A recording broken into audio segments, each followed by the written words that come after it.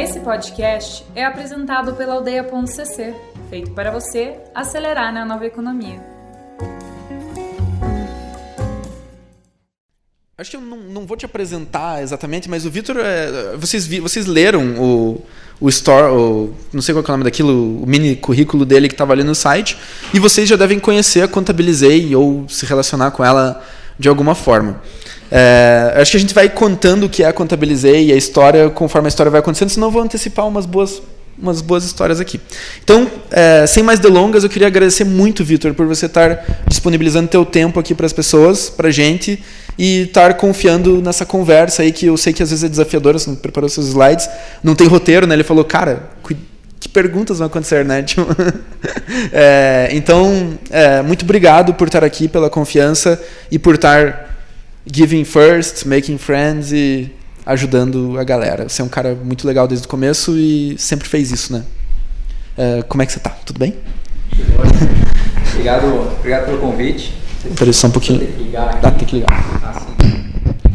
Eu não falo muito em público, então eu não sei como é que liga. É difícil, né, te ver falando aí. Exato. Sou um cara mais introspectivo, mas muito obrigado pelo convite e boa noite para todo mundo que está aqui. Espero que a gente tenha uma hora de bate-papo produtivo.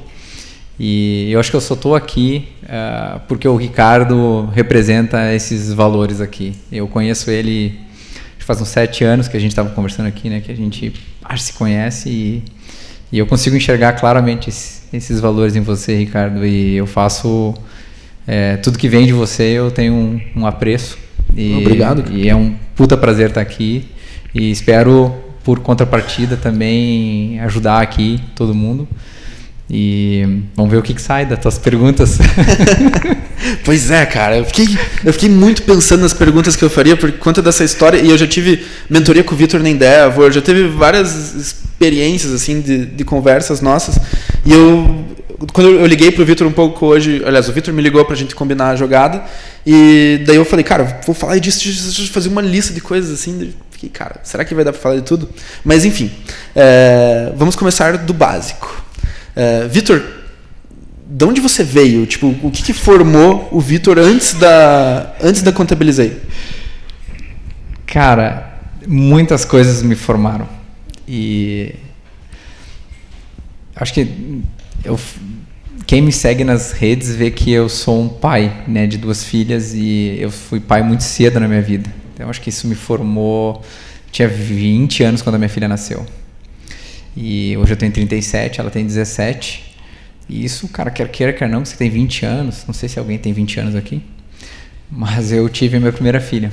E isso, nossa, assim, eu me lembro que o meu pai, quando eu contei que a minha esposa, hoje a minha esposa, né, estava grávida, ele falou, olha, Vitor, você vai ter que... Puta, ele, assim, tomou como um alemão toma, assim, as coisas muito frias, né? Ele falou, olha, você vai ter que aprender as coisas muito rápido na tua vida, Vitor, porque hoje você não é um homem, hoje você não é um pai e hoje você não é um profissional. Então, cara, você vai precisar ser 3 coisas da noite pro dia muito rápido.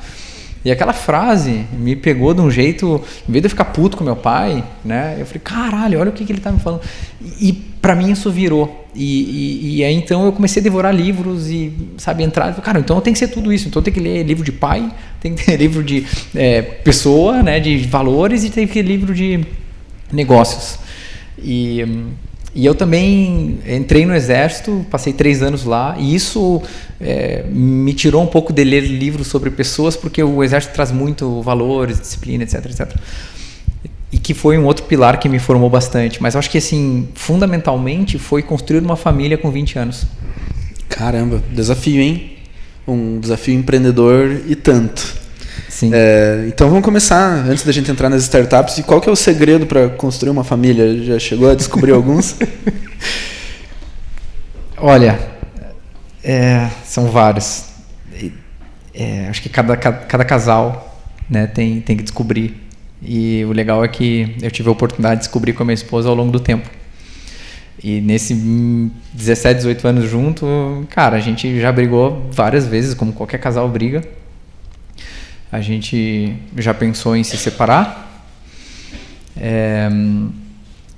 mas o que sempre uniu a gente foi o nosso coração.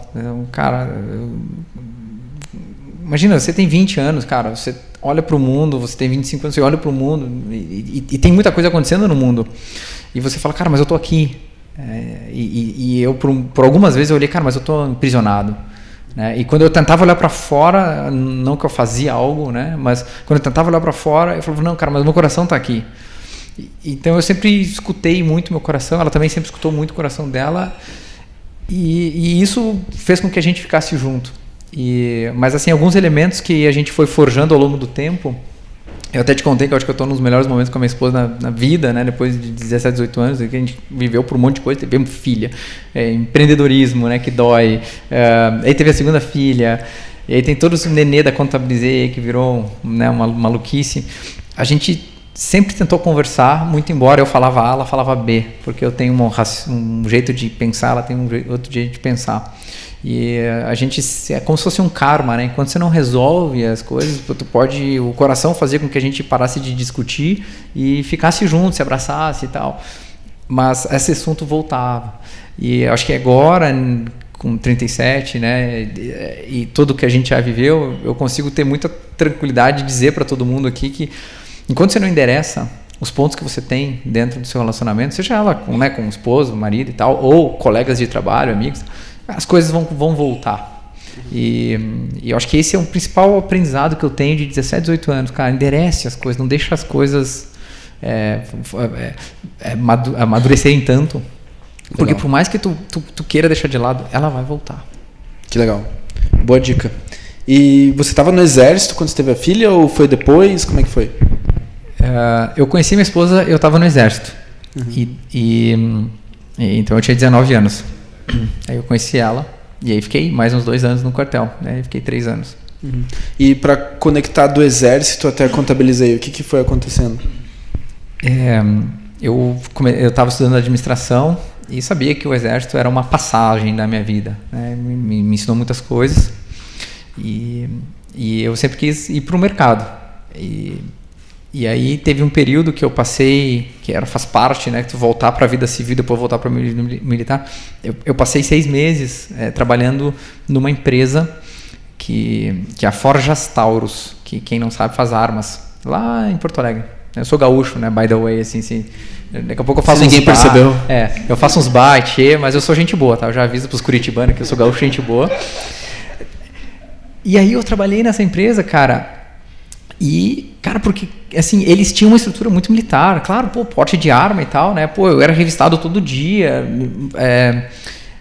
mas ninguém podia levantar a cabeça, tu ia no banheiro, os caras ficavam olhando assim, o cara tá no banheiro, peraí, cara, eu preciso fazer xixizinho, né, quero pegar uma água, os caras ficavam olhando, e aí isso é uma das coisas que me forjou, eu falei, cara, eu não quero ser empregado, eu fiquei com essa coisa na minha cabeça, cara, isso aqui eu não quero, e eu voltei pro quartel, fiquei mais 2 anos lá, e aí saí, uma consultoria me convidou para trabalhar.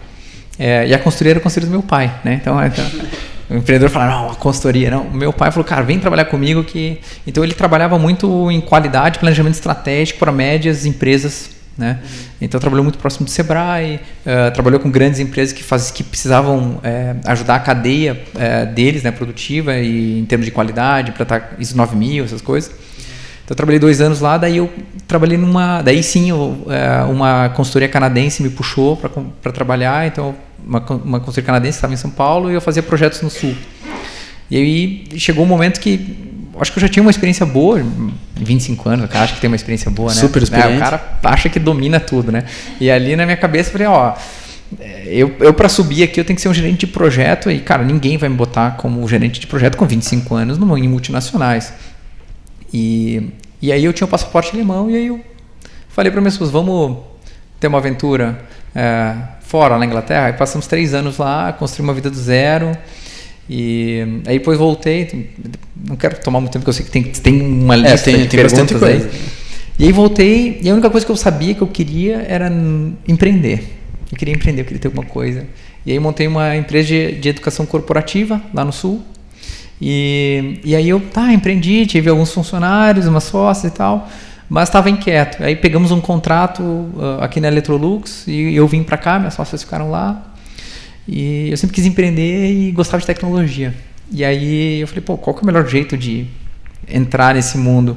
Eu vou montar uma aceleradora. Não tinha nenhuma aceleradora de startups no Paraná, eu não tinha conhecimento. Falei, cara, vou montar. Então, aluguei uma casa, mobiliei e tal, e comecei a experimentar a parte de ajudar. Então, eu conheço planejamento estratégico, eu conheço um pouco de empresa, mas não conheço de tech.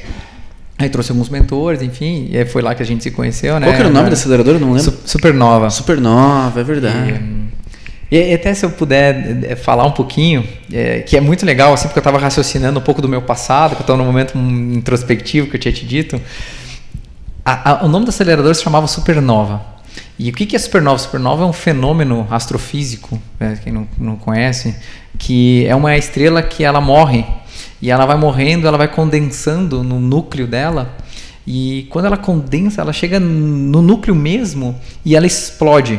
E essa explosão dela, que é a explosão chamada supernova, ela gera mais energia que o Sol vai emanar em todo o ciclo da vida do Sol. Caramba, só para ter uma ideia. Nossa. E ela é a formação de novas estrelas. Então ela é uma estrela que morre para gerar novas.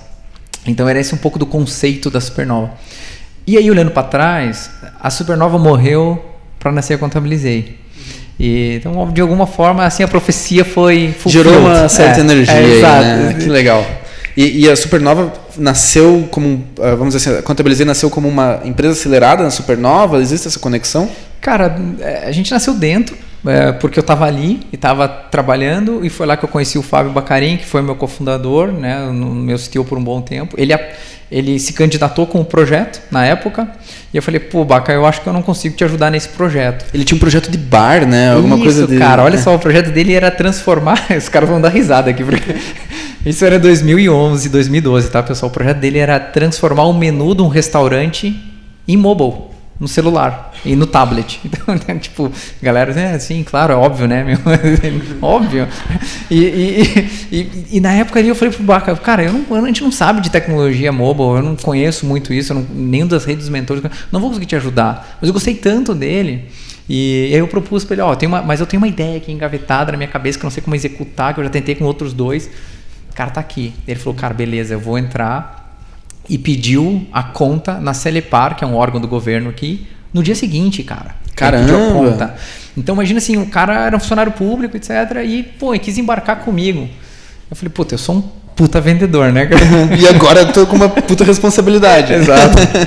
Então foi aí que começou, cara. Que legal, cara. E você falou que você tava com essa ideia engavetada porque já tinha tentado 2 vezes e não deu. Sim. Por que dessa vez deu, por que antes não deu?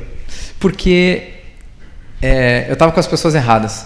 E isso eu falo em algumas palestras que eu dou.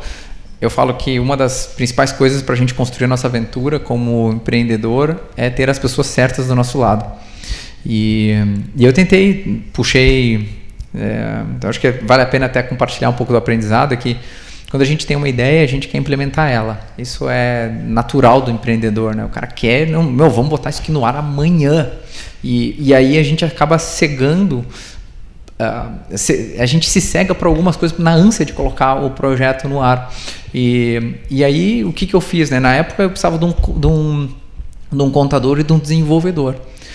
Desenvolvedor, eu levantei na minha rede, antes de começar a Supernova, eu falei, olha, quem que conhece nas redes sociais, na época tinha o Orkut, se alguém aqui lembra do Orkut, quem que conhece um desenvolvedor? Aí, cara, foi várias indicações, selecionei um e o projeto não andava. O cara não andava. Aí eu falei, cara, não vai dar. Tirei o projeto do cara e fui na rede social de novo. E, cara, Aí me indicaram mais alguns, peguei um outro. Mesma coisa, não andou. E aí o que eu comecei a reparar? Que na minha ânsia de buscar um desenvolvedor, eu estava buscando simplesmente um cara que executasse um desenvolvedor. E não um sócio, não alguém que acreditasse na ideia. Porque aquilo pro desenvolvedor que eu trouxe era só um projeto. Então ele não colocava o coração e ele não se comprometia. E isso é fundamental para quem é empreendedor. Ele vai te responder assim, não, mas eu fiz o que você pediu. Exato.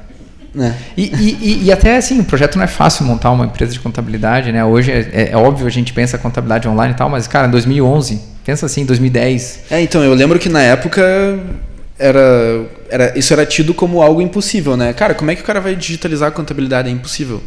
Então, e aí com esses obstáculos, como o cara não tava com um coraçãozinho ali, Cara, não ia transpor o obstáculo. Eu não conseguia ajudar o cara porque eu não entendo nada de código. Então, esses foram os erros, porque eu estava procurando a pessoa errada. Eu estava procurando apenas um executor, quando na verdade eu estava de um parceiro. E aí o Baca mostrou isso, né? Eu chamo ele de Baca, mas é o Fábio, né? O Bacarim. Cara, o Baca falou, eu tô contigo. Eu vou pedir as contas amanhã e eu vou entrar com essa merda junto com você. Show. Cara, e daí do casamento com o Baca até a Contabilizei e começar a captar investimento, como é que foi essa primeira história, assim? Sim. Só uma pergunta, a gente pode falar palavrão aqui ou não? Pode. Tá liberado. Não, é bom dar uma sondada no público, a gente mandou a lista dos palavrões proibidos e os permitidos, né? Tá bom, velho. Não, tô brincando, tá completamente liberado. Pra você ter uma ideia, o Alfonso já falou aqui, né? Não, o Alfonso ele não tem muito crivo, né? É uma figura. O primeiro ponto é o Baca, assim, a gente casou, e para quem não conhece, sociedade é assim, né? É um casamento sem sexo, se você for ético, né? Então, exatamente. Né? A não ser que você esteja fazendo uma sociedade com a esposa, daí, né? Ou com o parceiro e tal. Mas comigo, com o Baca, foi uma sociedade ética. Sim. Meramente negócios. Foi meramente negócio. Qual que era a pergunta mesmo? Também esqueci. Não. Bora. Não, desse momento que vocês casaram até o momento que vocês tiveram uma indicação de que era aquilo mesmo, assim, uma prova de tração legal. Sim, cara. A gente... isso foi mais ou menos meados de 2013, quando o Baca decidiu, né? Eu apresentei para ele, decidiu sair. Então a gente demorou 2013 para montar o que hoje chamam de MVP, né? Então, vamos montar um MVP e tal. E para nós montar um MVP de contabilidade não é, infelizmente, 1 mês, 2 meses. Cara, tinha que ter uma carga um pouco maior. E a gente começou com os beta testers, né? Esposa, amigo, etc. Pai, parente e tal. E em janeiro de 2014 a gente lançou. E aí a gente lançou o site e aí tinha um telefone, que era um telefone fixo, né, galera? Quem vai botar o celular na... Então, o empreendedor não pointer. Só que o telefone fixo era um siga-me pro meu celular. Né? E aí... E aí, nesse primeiro mês, cara, como eu conhecia a Gazeta do Povo, tinha alguns reportes, porque eu fiz a Supernova, eu dei um ping nos caras. Falei, cara, eu tô com um projeto muito legal aqui, de contabilidade online. E aí os caras compraram a ideia e botaram no domingo, ou naquela época que tinha, né, para quem é muito jovem aqui, naquela época que a Gazeta do Povo também tinha edição impressa. Sim, e que tinha um alcance poderoso também. Aqui no Paraná, sim, bem legal, cara. E aí a gente lançou, acho que é dia 9 ou dia 14 de janeiro de 2014. E no primeiro mês a gente fez 22 vendas. Olha. 22 vendas de pessoas que a gente não conhecia. E aí, só para dar uma comparação, né? O que é 22 vendas hoje? Hoje a gente já passou de mais de 10 mil clientes, para ter uma ideia, né? O que é 22 vendas? 22 vendas, cara, por um escritório de contabilidade é mais ou menos 25% do todo o portfólio que um escritório de contabilidade tem no país. E que ele demora anos para fazer. A gente falou, a gente fez 25% num escritório em um mês. Acho que a gente tem um negócio. Então foi aí que a gente sentiu, cara, vai dar certo. Quer dizer, pelo menos tem um indício de que vai dar certo. Sim. E daí foi que vocês foram captar investimento anjo. Aí sim, aí eu comecei a dar um ping nos investidores antes que eu conheci na Supernova, que eu fiz um relacionamento na qual o investidor... Não sei se a gente vai ter uma parte de investidor aqui, porque já... eu quero falar de investimento. Então tá bom, então eu vou pular, porque depois eu falo. E a gente foi fazer a captação, eu comecei a bater a porta deles, eu tenho alguma coisa que eu acho que vai dar certo. Não, vamos investir. Falei, calma, deixa eu dar mais alguns meses de tração, ver se vai mesmo sustentar e vai embicar, e aí eu volto. E aí em março, cara, a gente... Acho que já tinha uns 60, 70 clientes. Eu falei, cara, assim, a gente está mantendo uma consistência de tração e agora eu quero dinheiro para não só fazer Curitiba, mas fazer São Paulo, fazer Rio. Quero fincar a bandeira, que isso era uma coisa que a gente precisava fazer. Até porque toda a empresa de contabilidade ela atende geralmente local, né? Sim. A gente queria, não, cara, isso aqui para dar certo ela tem que ser nacional. Então a gente já, no 4º, 5º mês de operação, a gente já queria estar nas outras cidades. E aí tem a Luana que trabalha com a gente, funcionário número 1, a gente, que é a pessoa literalmente que mais abriu empresas nesse país, assim, disparado. Sim, disparado. Mas tem CNPJ nas costas ela. E a gente falou, cara, vamos fazer São Paulo? Vamos. Como que a gente faz? Não sei. Vamos pegar um processo, vamos vender um processo primeiro e vamos fazer, vamos tentando. No último caso, eu vou para São Paulo e faço esse processo na mão. Tem que protocolar lá na prefeitura. Foda-se, eu faço essa merda. E foi assim, cara, que a gente foi indo, sabe? Foi aprendendo, porque não tem regra, tu vai entrar entrar no site naquela época, tu entrava no site da junta comercial, ninguém te explicava como é que era o processo, cara. E então a gente foi desmatando assim as coisas e foi indo. E acho que...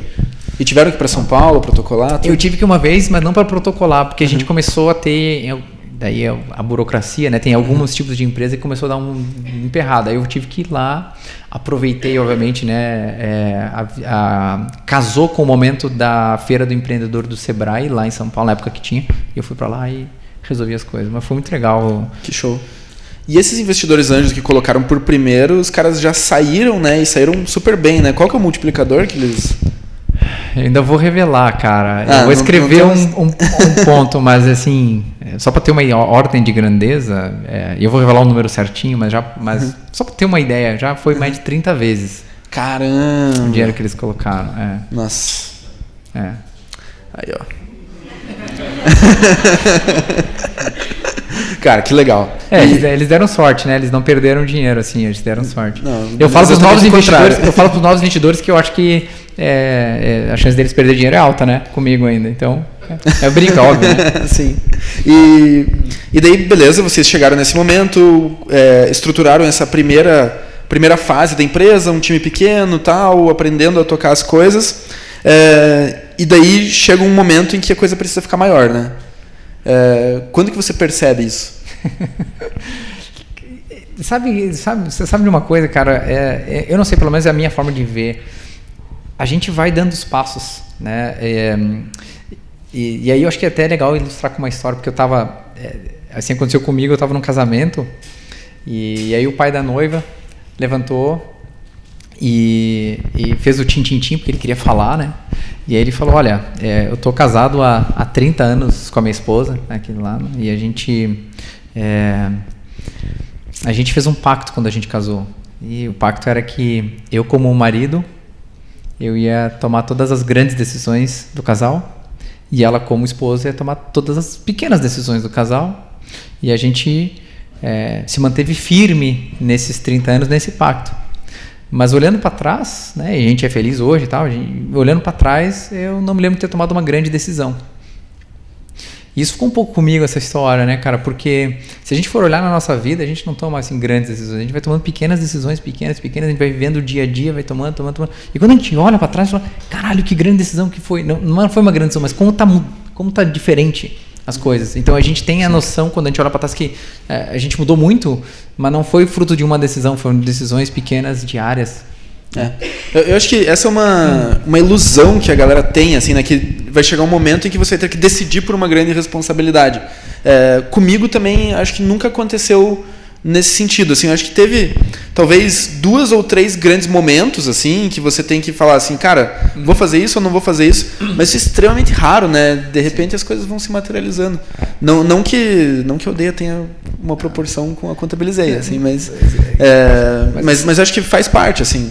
Sabe uma das outras coisas que eu tenho de característica? Eu abro, às vezes, 5, 6 frentes, cara. Eu vou abro e vou olhando aquela que vai mais se aparecendo, né? E aquela que mais vai se destacando, eu vou dando mais atenção e as coisas vão indo. Então eu acabo não tendo que tomar uma grande decisão, mas as decisões acabam fluindo, né? Daí é uma questão muito mais de estilo de vida do que mais filosofia do que própria gestão. Eu não sei se o Peter Drucker, que é o pai da administração, vai falar isso. Sim. Se o Ben Horowitz vai dizer isso, mas é a forma que eu tenho feito até o momento.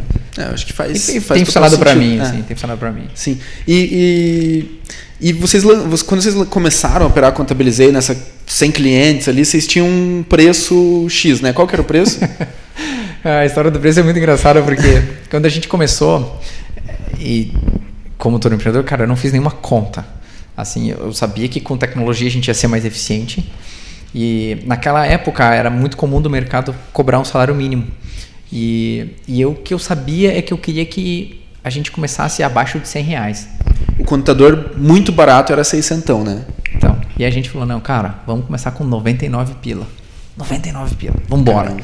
E aí, como o meu telefone tava lá, as pessoas me ligavam e falavam, pô, Vitão, quando a esmola é demais, o santo desconfia, onde é que tá a pegadinha? E aí, então, eu tive que até tirar uma foto minha de camisa, né? Dizer, não, esse aqui é o Vitor, eu botei no site, o Vitor, tá aqui o meu LinkedIn, né? Esse aqui tá o histórico do Vitor, né? E aí eu falava com as pessoas, não, cara, sou eu mesmo, não vou pegar teu dinheiro, eu vou embora. Antecedentes tá? criminais ali. Cara, faltou só isso, né?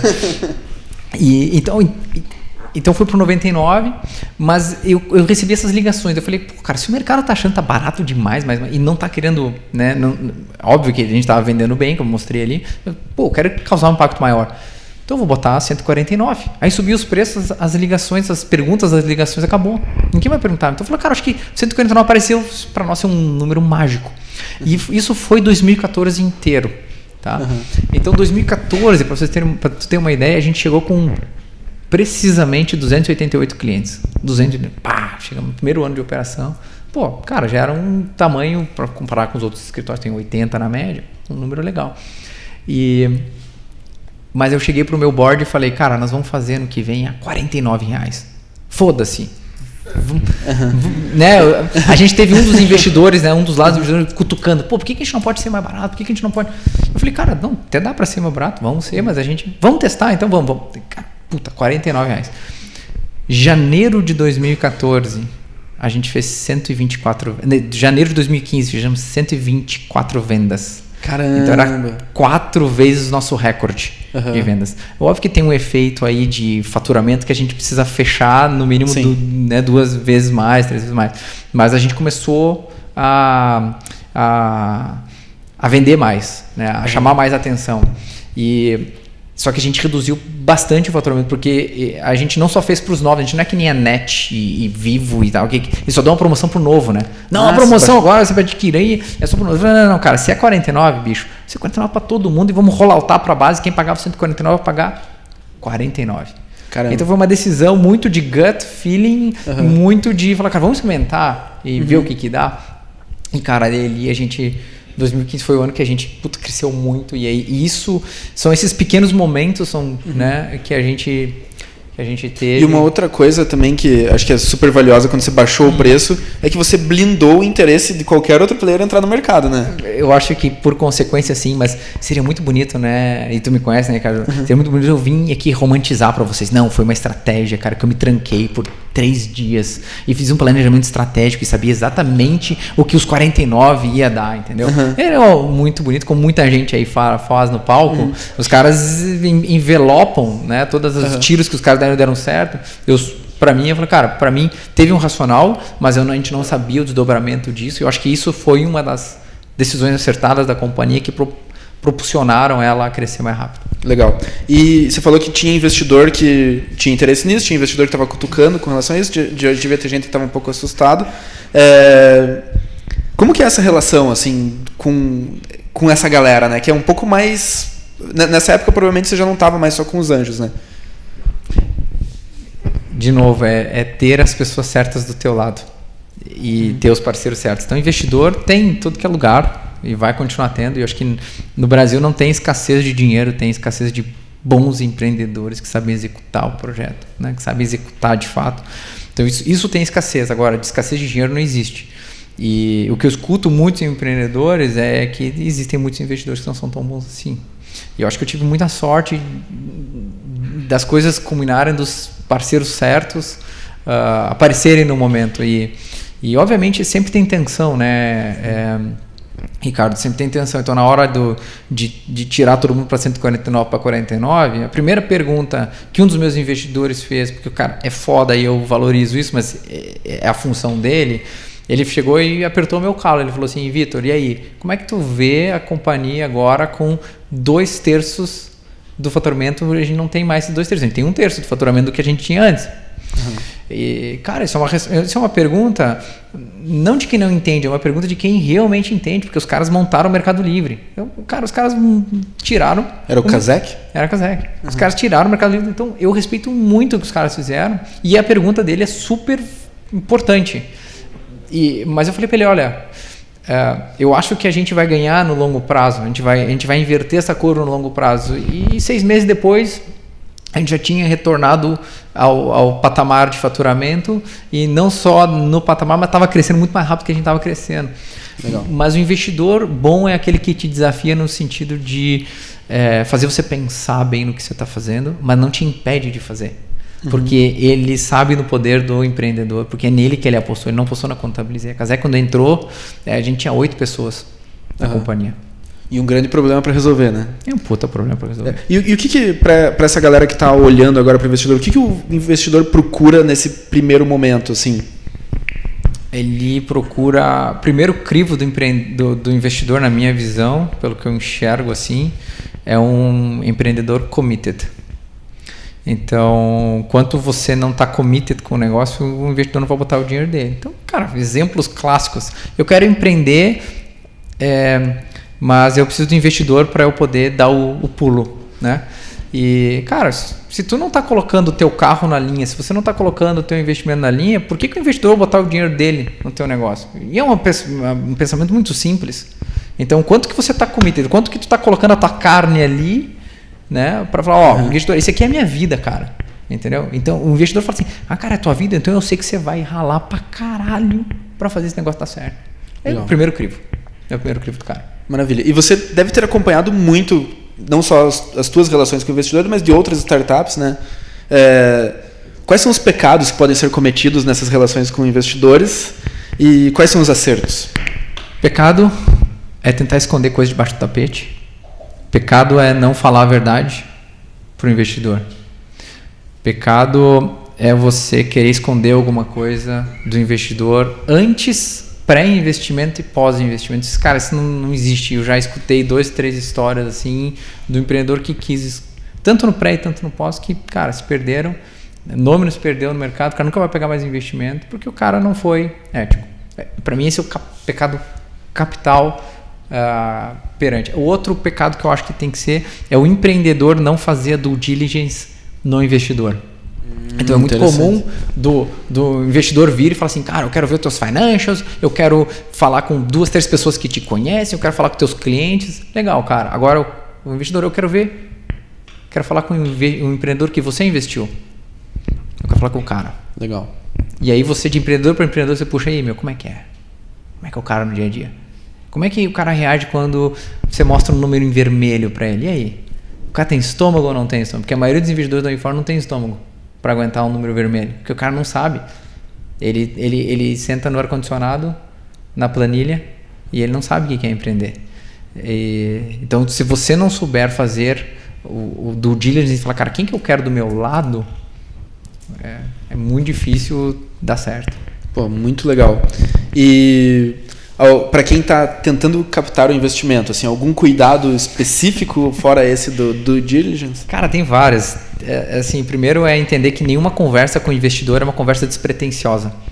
E pensem assim, quem aqui já foi para uma entrevista de emprego? Pode levantar o braço, pessoal, não vou perguntar para vocês isso. Quase todo mundo, né? Não haverá humilhação. É isso, não haverá humilhação. Mas quando a gente vai para a entrevista de emprego, a gente vai lá ver com o RH ou vai ver com o gerente, a gente se comporta, a gente senta bonitinho, né? O que a gente faz? Não, eu não vou cruzar os braços porque os caras vão entender que eu estou numa comunicação, sabe? Então, cara, você se comporta, você, cara, olha tudo. E o investidor nada mais é do que um recrutador foda. Assim, o investidor que é profissional, cara, ele olha se tu pisca, ele olha se tu fala, como é que você fala, como é que você... Ele vai te testar, ele vai te jogar assim, cara, mas eu não acredito nisso, pra ver como é que tu reage numa discussão. Então não existe conversas pretensiosas com o investidor que é foda. O investidor que é médio, cara, ele vai conversar como se fosse qualquer gestor médio, como fosse qualquer RH médio. Pensa que você está sendo entrevistado com um puta cargo. Uhum. E ele vai olhar tudo. Ele vai olhar se tu pega o copo e vai jogar no lixo. Uhum. Ele olha tudo. E ele vai te desafiar a entender como é que é o modus operandi do Vitor, do Ricardo, enfim, de cada um. Essa é a primeira dica que eu dou pro cara. A segunda, não senta na frente do investidor para falar que você está fundraising, para falar que você está procurando investimento se você não tiver com uma atração foda na tua empresa.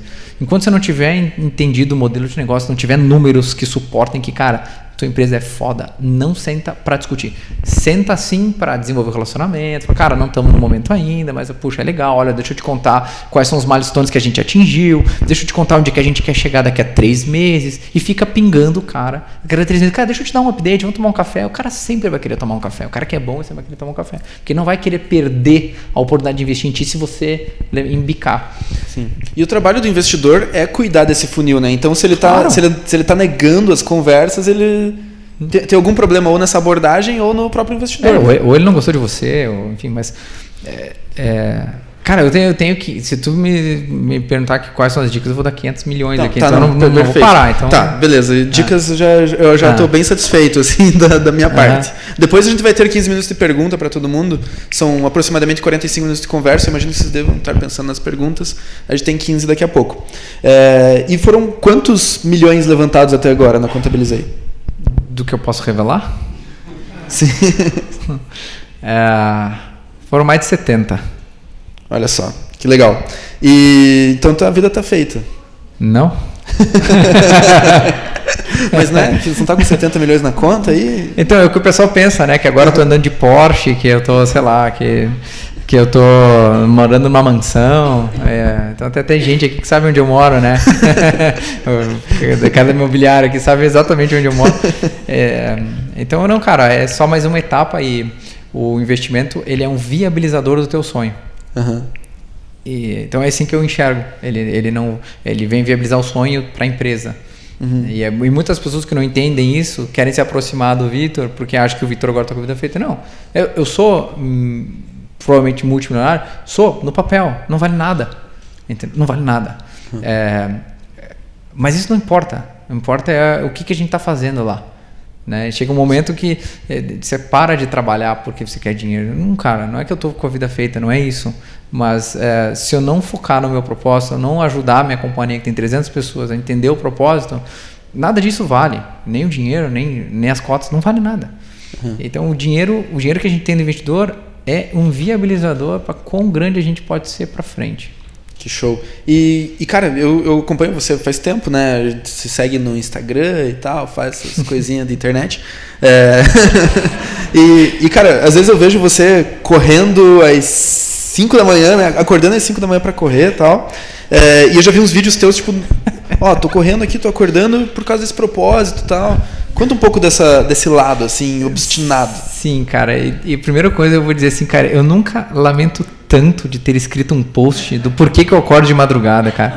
Porque assim, cara, todo mundo que me procura, que conversa comigo, em vez de perguntar assim, de falar assim, cara, o clima lá fora vai chover, não vai. O cara fala, e aí, cara, continua acordando de madrugada? Sabe? E aí, continua correndo com as capivaras no parque?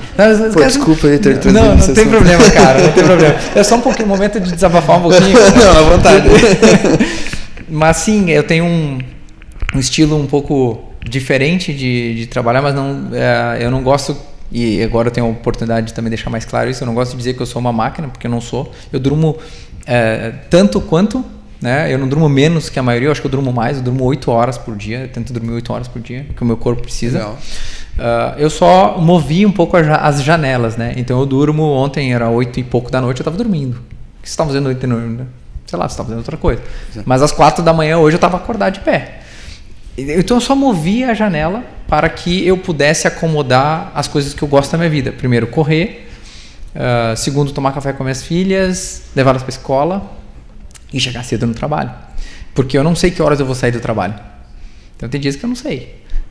Só que então, às vezes eu saía às 7h30, 8 horas e falava, puta, eu quero correr hoje. Mas cara, eu tô cansado, eu não comi, não jantei, não vi minhas filhas dormir. Então eu chegava em casa, eu sei que agora eu posso chegar em casa, ficar com minhas filhas, botar elas para dormir e tal.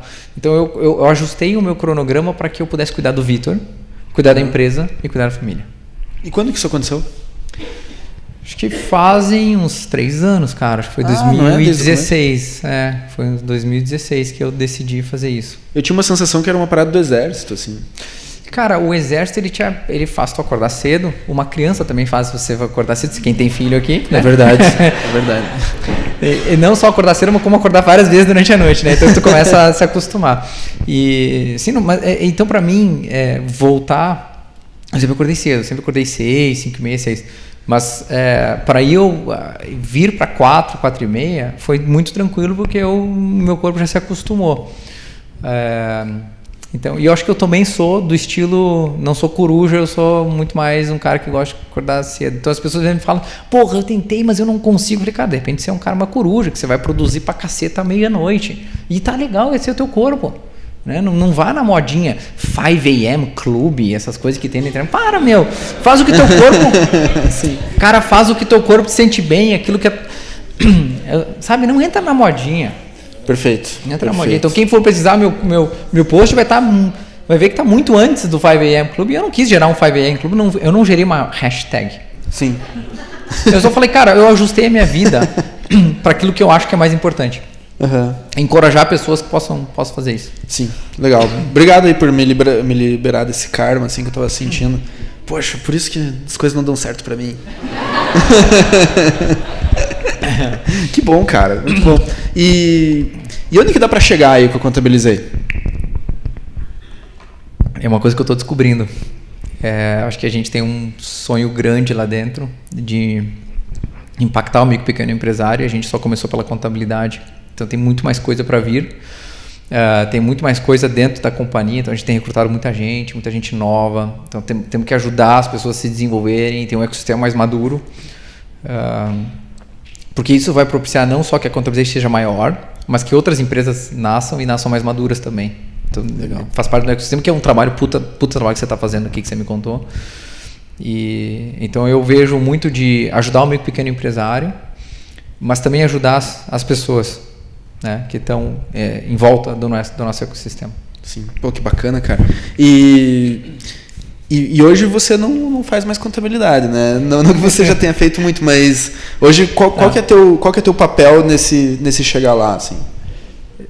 O pessoal brincava, os mais antigos brincavam que eu já tinha uma carteira, o CRC, né, que é o órgão que nos regula e tal. Eu não sou contador, sou administrador, mas de tanto eu fazer, eu acho que eu sei bem fazer as coisas lá dentro, mas agora eu não faço mais. A gente tem pessoas como a Gabriela que está aqui, que sabe fazer, que sabe que é contadora, que sabe fazer muito melhor do que eu as coisas. Então isso é a beleza de você poder contratar pessoas que sabem muito mais do que você. E quem contrata sabe disso, que se a gente contrata pessoas boas pra caceta, cara, tem um resultado muito legal. Mas acho que eu estou ainda entendendo como que impactar mais dentro da companhia. Então eu comecei a escrever cartas, né, do CEO para a companhia cada 15 dias.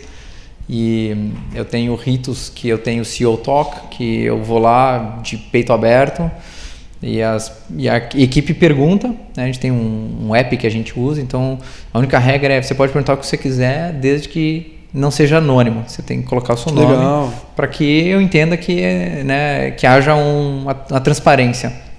Então tem esses momentos. E aí eu também estou com uma equipe de VPs um pouco, né, nova. Tem 2 caras que entraram, né, 2 que saíram. E a gente está recrutando gente de gerente, estamos trazendo gente de gerente de baixo para cima, né, analistas para coordenador. Como que eu ajudo essas pessoas também a terem um melhor desempenho, uma melhor performance para a companhia, porque eu quero que eles tenham sucesso, que eu sei que a companhia vai ter sucesso, que os empresários vão ter sucesso. Então como que eu ajudo isso, né, sendo a pessoa que fundou a companhia? Sim. Então eu tendo a não ser mais um executivo. Eu acho que não é esse o meu papel, porque eu acho que tem caras que são muito melhores do que eu em executivo. Mas como que o papel do fundador impacta positivamente na companhia, e não o fundador que põe os pés na mesa, que tem, sabe, que fica mamando em cima de um negócio que eu não gosto. Legal. Então, como que eu ajudo mais?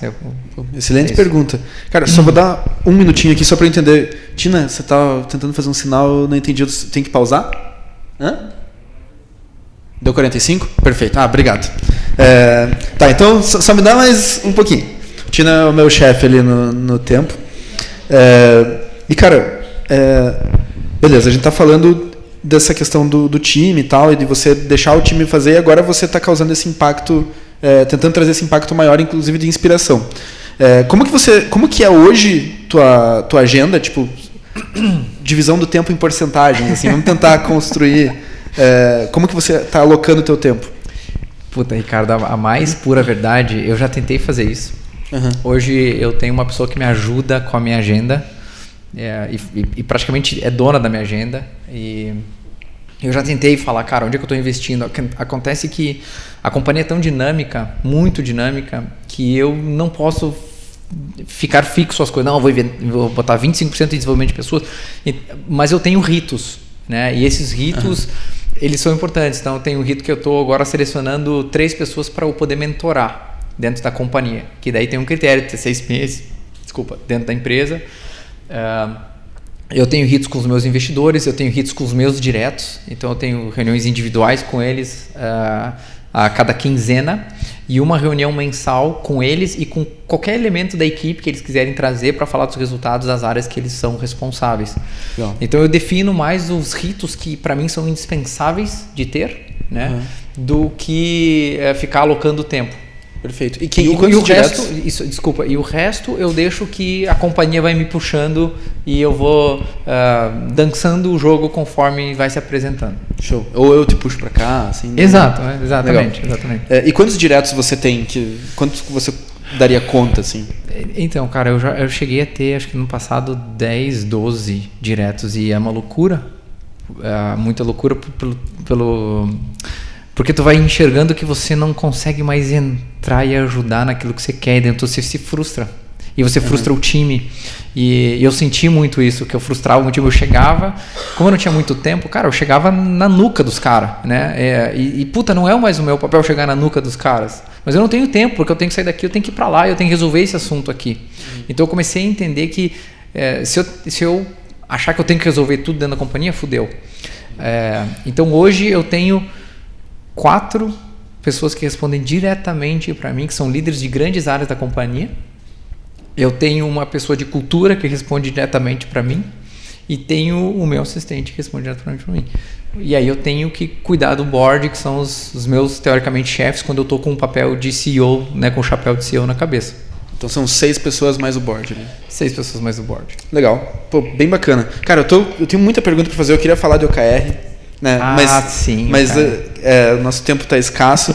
Mas se vocês quiserem saber mais sobre o OKR, o Vitor escreveu textos muito legais sobre OKR, como o Google me ensinou a implementar OKRs, né? Que já está até desatualizado, tá? Eu acho que assim, a gente vai aprendendo tanto com a metodologia que eu acho que eu tenho que escrever de novo um adendo lá, um complemento, cara. Porque a companhia vai mudando, vai amadurecendo e você vai enxergando formas diferentes de implementar o OKR. A gente usa o OKR há 2 anos e pouquinho aqui na aldeia e o que a fagulha pra gente começar a usar foi você, assim, então muito obrigado. Que honra, cara. Que honra. Tem texto dele no blog da Endeavor, quem quiser saber mais também. Dá pra pesquisar o cara, ele tá sempre compartilhando informação em tudo que é lugar, assim. Inclusive, tem perguntas e respostas no Instagram, né? Opa, tem, eu faço perguntas e respostas no Instagram. É uma outra forma de poder ajudar, né? Sim. Outra forma de poder ajudar. Então tem muito lugar aí pra vocês seguirem o Vitor. E quer passar teu Instagram? É só procurar Vitor Torres, contabilizei, vai ver eu com essa camiseta careca aqui, não tem jeito, não tem erro, cara. Massa. E daí antes da gente abrir as perguntas, eu queria fazer uma pergunta, daí depois a gente abre para... Cara, primeiro, muito obrigado pela conversa, cara. Foi maravilhosa, para mim foi inspiradora, imagino que para vocês também, né? Maravilha. Eles não vão mentir na tua frente, né? Depois a gente avalia o NPS ali. Eu vou avaliar o NPS, tá bom. Mas agora eu queria abrir uma pergunta aí pra ti. Se essa galera tivesse R$100 no bolso, tá? Pra gastar com alguma coisa que você acha que pode causar um grande impacto na vida deles. Pode ser comprar alguma coisa, pode ser, sei lá, fazer qualquer coisa com esse dinheiro. O que você recomendaria que eles fizessem com esses R$100? O que eu diria, Letícia? A Letícia sabe da Endeavor. Eu fiz um post para Endeavor há um tempo atrás que era investir em xícaras de café. E eu falei, eu conto que eu estava falando numa palestra, alguém me fez uma pergunta, cara, se tivesse R$100, o que você faria? Eu falei, vou investir em xícaras de café, e todo mundo riu, né, tipo assim, né, que loucura. O negócio não está crescendo, né? O mercado... Não, mas eu investi em xícaras de café no sentido de pagar café para pessoas, para mentores que pudessem me ajudar a fazer um shape da minha ideia, seja qualquer problema que eu esteja passando, né, ou dificuldade. Então eu investiria em conversas, né, em xícaras de café. Maravilhoso, excelente dica, muito obrigado. E agora abrimos para a segunda etapa do ritual aí do Startup Grind, que são as perguntas de vocês. Quem gostaria de fazer pergunta? Eu acredito que o nosso microfone chega. Se não chegar, vocês chegam até onde ele chega, tá? Ali. Boa noite. Boa noite. Vocês tiveram uma ideia disruptiva num país que é protecionista, que é lobista, que gosta de tabelar, né? Agora tem até tabela de frete mínimo para caminhoneiro. E quando eu conheci a Contabilizei, nunca fui cliente, eu sempre pensei que uma ameaça seria o sindicato dos contadores, ou uma lei que baixasse e que daqui a pouco fala que ninguém pode oferecer esse tipo de serviço por menos de um salário mínimo, e aí vocês iam perder o diferencial competitivo. Evidentemente isso não aconteceu ainda, mas eu não sei como que vocês lidam com essa ameaça, né? E essa ideia, essa pergunta veio na minha cabeça quando você falou: eu não sou milionário, eu sou milionário no papel, porque de repente eu não sei a velocidade que uma startup pode crescer e de repente tem ameaças ocultas aí que pode desabar um mercado inteiro. Uma ideia revolucionária pode vir para o chão simplesmente com um ato político. Responder em várias partes aqui. O primeiro é que ótima pergunta, obrigado. Eu passei muitas noites em claro, e a minha esposa sabe disso, das ameaças que a gente sofreu para montar a Contabilizei. Muitas. E passei noites em claro porque de um lado eu tinha toda a minha vida, porque eu investi na Contabilizei, era isso que eu queria fazer. Por outro, eu sabia que o Brasil precisava de alguma coisa que libertasse o micro pequeno empresário. Tinha que sair dessa de um salário mínimo, cara. Tinha que sair dessa merda. Então, várias coisas. Assim. O primeiro a gente sempre tratou com muita transparência, muita ética. Né? Então, querem ver o que a gente está fazendo, vem aqui. A gente sempre esteve dentro da lei. A gente sempre foi registrado desde o T0, diferente do Uber que entrou irregular e tal. Nós começamos a ofertar regularizado. Passamos por N fiscalizações, onde as fiscalizações não foram balanceadas da forma como deveriam ou como eram sendo aplicadas aos outros contadores. Então, eles sempre tentaram buscar pelo em ovo na gente, nunca encontraram. Mas acho que assim, o que sempre me moveu a enfrentar isso é o bem para o país.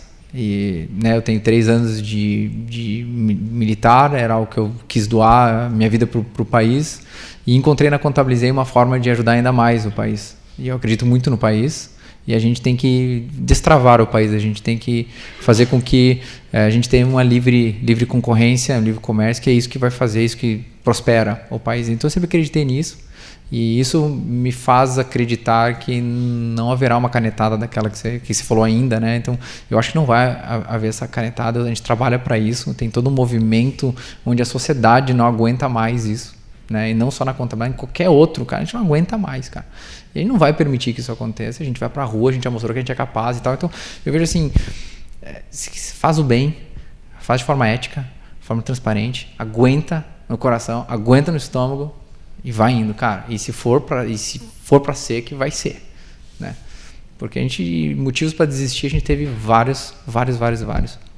Inclusive de saúde, que foi um dos principais pontos que eu falo, cara, eu preciso cuidar de mim, né? E aí eu comecei a inverter um pouquinho minha rotina. Legal. Tudo isso é vontade de perguntar, GG? Vão um por vez aí, que tem muitas mãos levantadas. Quem mais, gente? Por ordem aí, por favor. Por favor. Olá. Vitor, pensando assim hoje, se você tivesse 18 anos, tá? Por onde você começaria? Falar assim, poxa, eu tenho 18 anos, vou começar, e agora? O que eu faço da minha vida? Eu teria me cuidado mais sexualmente, né? Para não ter o filho cedo. Brincadeira à parte, a minha filha de 17 anos vai ver o que eu tô falando, ela vai ficar meio brava, né? Porque ela fica assim...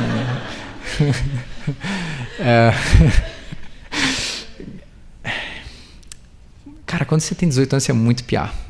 E a gente acha que a gente sabe tudo, sabe? Então eu estaria mais com a orelha mais abaixada do que eu fui. E não que eu tenha sido um piá birrento, e um piá cabeça dura. Eu acho que eu sou cabeça dura, mas eu teria ido um pouco mais devagar em demonstrar as minhas convicções. Não que eu tenha menos convicções, porque eu acho que a gente tem convicções e a gente tem que botar para fora. Mas a forma que eu botei para fora é uma forma muito de gaúcho, né? Então diz que gaúcho não fala, gaúcho discute. Então, cara, quando eu tinha uma convicção, eu ia pro pau. Então vamos lá e vamos. Mas não no sentido de ofender a pessoa, não no sentido de brigar com ela, mas, cara, vamos botar aqui. E às vezes eu até tenho isso um pouco e eu tento tirar um pouco isso de mim e ser um pouco mais de diálogo, né? Mas eu teria um pouco mais de consciência em como expressar as minhas convicções, que são importantes. E um outro ponto é que, às vezes, quando a gente é novo, a gente não tem um entendimento amplo de tudo que está acontecendo. Então vem uma pessoa, fala uma coisa para ti, tu fala, caralho, faz muito sentido e tu acredita pra caceta naquilo, mas quando tu coloca num contexto maior, quando você é mais velho, você começa a ponderar as coisas. E eu acho que o que a gente tem aqui, à medida que a gente envelhece, é essa ponderação. Isso tu não consegue dar para alguém de 18 anos. O cara tem que viver, o cara tem que quebrar a cabeça, e é par natural. Mas eu entendo a ânsia, né, da gente ter 18 anos e ser uma pessoa melhor, mas eu acho que a gente tem que ensinar os nossos filhos a serem pessoas melhores que a gente, e eu estou tentando fazer isso com a minha de 17 anos. Ó, lá no fundo e depois a gente vem aqui na frente. Mas aqui a gente não vai conseguir registrar aqui no áudio. Não, mas chega aí. Vai chegar, olha só. Vitor, eu queria saber como que você encara atualmente seus concorrentes, seja ele da contabilidade tradicional ou da contabilidade online. Boa pergunta. Eu encaro eles como parceiros de negócio. A gente não quer brigar com ninguém, a gente não tem esse espírito de brigar. Então, concorrentes que estão no meio online, que são não necessariamente contadores tradicionais, eu tenho um relacionamento muito bom. Tento conversar com eles, a gente tenta trocar ideias. Óbvio que a gente, né, em termos de estratégia, a gente acaba não entrando muito a fundo, mas tem uma boa relação. Com contadores, eu tenho relações mistas com contadores. Uma é daqueles que querem ajuda e eu entrego ajuda, eu dou mentoria, eu converso, eu falo. E tem muita gente que quer mentoria e me elogia pela mudança que a gente está fazendo. E tem outros que, infelizmente, não jogam nessa moeda e fazem outras coisas por fora, na qual eu prefiro não comentar, né? Então, muita gente nos provoca, muitas vezes as pessoas nos provocam para ver se a gente cai nessa discussão e eu não entro nessa discussão. Eu quero ajudar. E acima de tudo, o mercado, para mim, é um mercado grande e a gente não quer aqui causar... a gente não acha que a gente vai eliminar o contador, como todo mundo diz, né? A gente acha que o contador ele tem que se ajustar, porque a parte de compliance, a parte que é obrigatória por lei, etc., isso existe tecnologia para fazer. Ninguém se forma na faculdade por 4, 5 anos para montar uma obrigação, porque o governo quer uma obrigação. A gente se forma 4, 5 anos na faculdade para a gente poder agregar valor no negócio do cliente. Então tem que haver esse ajuste. O contador que entende isso, ele pede mentoria para mim. O contador que não entende, ele me ataca. Oi, Vitor, tudo bem? Oi, tudo bem? Eu me chamo Rufo, sou empreendedor também há mais de 10 anos e inspiradora demais a sua história. Eu consigo ver porque você é empreendedor, cara. Obrigado. Eu também, cara. Se identificamos nesse aspecto. Você fez um feito esse ano digno de palmas aí, de um round tão belo aí como esse e internacional, né, que é bem complexo, né, para um brasileiro conseguir. Eu queria entender um pouquinho sobre como foi essa jornada e também o processo, o que você vê como internacionalização, porque hoje está muito focado em Brasil, mas tem todo um horizonte aí. E se me permite, uma última como que você resistiu por tantos anos em não diversificar suas oportunidades, né, no meio de uma força comercial e técnica tão relevante como você tem, né? Boa pergunta. E acho que o round de 20 milhões de dólares que a gente levantou, ele é um round que foi uma consequência de muitas coisas que a gente veio fazendo na companhia, né? E não sou só eu. Então esse round ele não é o Vitor, mas o Vitor, claro, foi o comunicador das coisas que aconteceram dentro da companhia para que a gente pudesse ter esse round.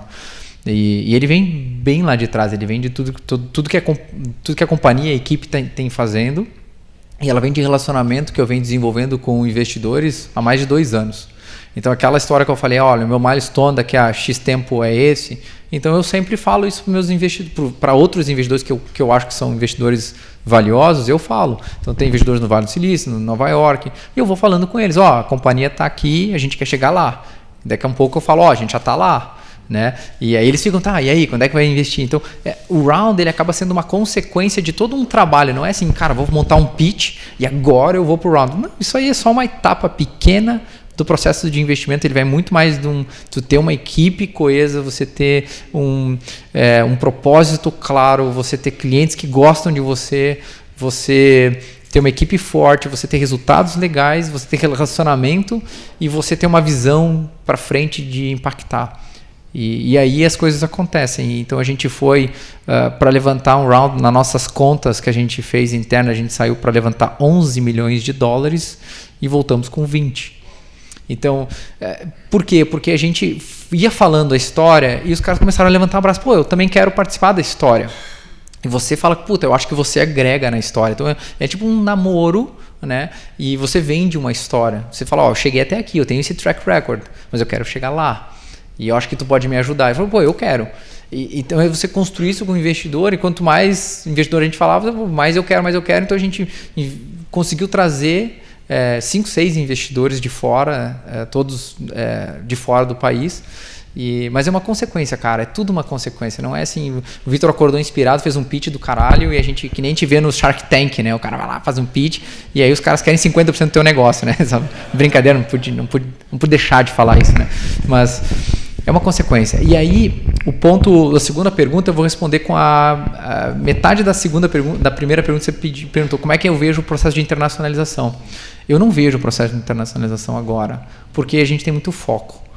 E a gente tem muito foco no mercado brasileiro. E quando eu vejo que eu tenho, vamos lá, a gente tem mais de 10 mil clientes. Eu acho que a gente é uma das poucas empresas no Brasil que fala menos clientes do que na verdade tem, né? Só que a gente tem, cara, 0, alguma coisa % do mercado. E eu não posso olhar para outros mercados, falar, é legal entrar no México, na Índia, na Colômbia, etc., se eu não resolvi a dor do micro e pequeno empresário brasileiro, que é o que a gente está querendo ver. Eu quero resolver o problema do Brasil, cara. O México que aguente o problema dele ali no momento dele, a Índia que aguente o momento dele. Se a gente for entrar, a gente entra, mas não é agora. Eu quero resolver muito bem o problema do micro e pequeno empresário. Vou falar, cara, puta, estamos resolvendo pra caceta aqui. Agora eu acho que a gente pode levantar um pouco o nariz e olhar para outros mercados. Se isso acontecer, a gente vai fazer. Se não, cara, a gente vai continuar agregando valor pra caralho no micro e pequeno empresário. Se eu vejo o processo de internacionalização, não vejo, porque, cara, a gente tá muito pequeno. Não só em participação, mas no que a gente pode agregar pro cara. Fantástico. É isso aí. Temos uma última, na verdade... Tá, então 2 últimas perguntas, que ele tinha levantado a mão lá. Daí a gente tem que encerrar para respeitar a missa do grind aí. Tudo bom, Vitor? Opa. Cara, a contabilidade é uma coisa de muita responsabilidade, né? Eu tenho certeza que a tua empresa tem muita responsabilidade, mas eu queria saber o que acontece quando você pega um cliente que não tem responsabilidade, que faz as coisas erradas, que abandona o CNPJ, que some do mapa, o que você faz?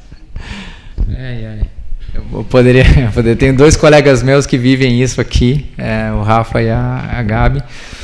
Cara, a gente recebe clientes que vêm de outros contadores e aí eles entram na nossa plataforma e no mês seguinte a gente calcula os impostos deles e eles falam, caralho, eu contabilizei e calculo meus impostos de forma incorreta. A contabilidade não sabe fazer o trabalho dela. Aí a gente vai lá, olha o negócio. A gente vai ver que a nota fiscal que ele estava emitindo, o serviço que ele estava prestando, na verdade era a alíquota certa, era a alíquota maior daquele que o contador antigo vinha pagando. E o contador antigo ele não está muito preocupado com a exposição do cliente frente à Receita Federal. Então, nós aí temos uma bifurcação que a gente apresenta para o cliente. A gente educa ele, a gente tenta educar e fala, cara, na verdade, se você continuar calculando aquela alíquota menor, você vai ter um problema lá na frente. Nós não vamos calcular, então você vai ter que voltar, né?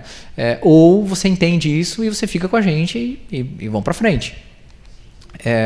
Felizmente, grande parte, pelo menos da informação que eu tenho, né? E a equipe me segura aqui. Grande parte entende, se educa e fica na plataforma, outros não vão. Mas a gente tem uma linha muito clara do que não fazer e do que fazer, né? E sempre é aquilo que é o ético, que é o correto. E quando a gente enfrenta essas encruzilhadas, e eu tenho certeza que a equipe aqui sabe muito bem disso, a gente não cruza essa ponte. A gente fala, cara, a gente não vai cruzar. Se você quiser cruzar, você cruza sozinho, mas não vai ser com a Contabilizei. E isso faz... É ruim perder cliente? Claro que é ruim perder cliente, é ruim perder faturamento. A gente poderia estar com faturamento maior, a gente poderia estar com mais clientes, mas nada, né, justifica o preço de você poder, no final do dia, deitar a tua orelha no travesseiro e dormir bem. Cara, eu tenho certeza que eu faço isso e minha equipe aqui faz isso, de fazer o correto, de ajudar o país a ser melhor. Tem que pagar mais imposto, cara, mas não é o problema nosso, de fato nosso. A gente tem que falar para o governo, a gente tem que conversar com o governo tem que nos ajudar. Não é contador que vai fazer isso, a gente tem que aplicar a regra. Aqui. Oi, Vitor, tudo bem? Eu sou a Tatiana. Eu tenho acompanhado, eu e minha sócia, a gente acompanha muito as jornadas das startups aqui em Curitiba. E o LinkedIn fez uma pesquisa em 2018 sobre as melhores startups para se trabalhar, né? E a Contabilizei estava lá entre as 25. Parabéns por isso. Obrigado. E eu queria saber de você, a minha pergunta existem vários fatores que corroboram para esse resultado. Um deles é o clima. E o que você acha que é a cerejinha do bolo do clima da Contabilizei? Bom, primeiro, obrigado por acompanhar. E eu acho que o LinkedIn, esse top 25 que a gente ganhou de startup, cara, não tem meu dedo aqui, literalmente não tem meu dedo, tem o dedo da equipe. E esses caras que recrutam os outros, eles que garantem que a equipe que está lá funciona.